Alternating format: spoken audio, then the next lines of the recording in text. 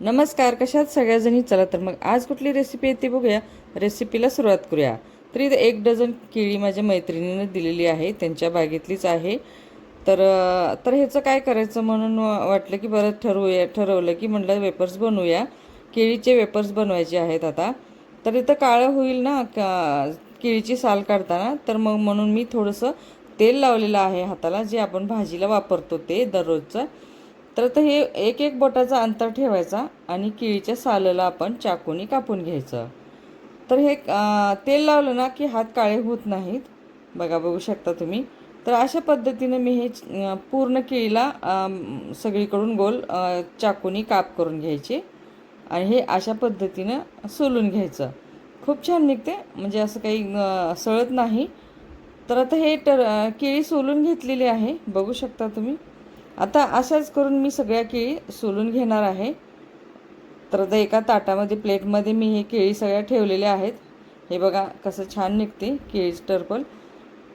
तर आता झालेले आहे सगळ्या सोलून, बघूया. तर जेवढ्या लागतील तेवढ्या मी सोलून घेतलेल्या आहेत केळी. वरचं आणि खालचा शेंड्याचं आणि बुडाचं थोडंसं कट करून घ्यायचं, कारण मग चिप्स आपल्याला व्यवस्थित पडतील. तर केळी काळी होतील म्हणून आपल्याला थोडंसं ते केळीला तेल पण लावून ठेवू शकता आपण. जर आपण जास्त केळी सोलून ठेवलेली असेल ना, तर ते काळं पडू शकतं केळ.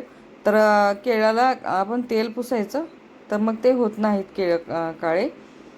तर इथं घेतलेलं आहे 1 चमचा मीठ आणि थोडीशी हळद घेतली, अर्धा चमचा हळद पाण्यामध्ये कालवून घेतलेलं आहे.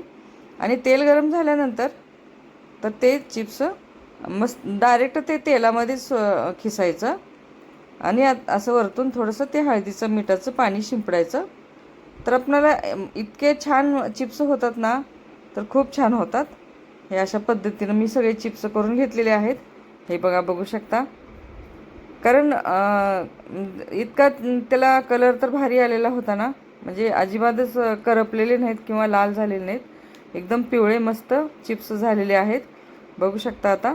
कारण डायरेक्ट तेलामध्ये सोडायचे हे चिप्स, कारण खाली ताटामध्ये घालून परत आपण तेलात सोडू शकत नाही. हे अशा पद्धतीनं मी केलेलं आहे. आणि वरतून असं मस्त पाणी शिंपडायचं. चव मिठाची आणि हळदीची त्याला आपोआप येते.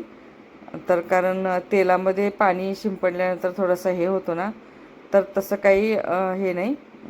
थोडं थोडं टाकलं ना उडत नाही तेल.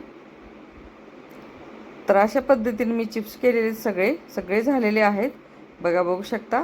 आता घ्यायचे सर्व करायला. तर एक प्लेट घेतलेली आहे मी. प्लेटमध्ये आता चिप्स टाकून घेऊया. हे बघू शकता किती छान झालेले आहेत, कुरकुरीत एकदम मस्त.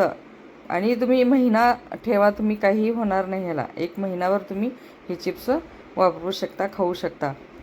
तर रेसिपी आवडली असेल तर नक्की कमेंट करा, शेअर करा, सबस्क्राईब करा. सबस्क्राईब करायला अजिबात विसरू नका.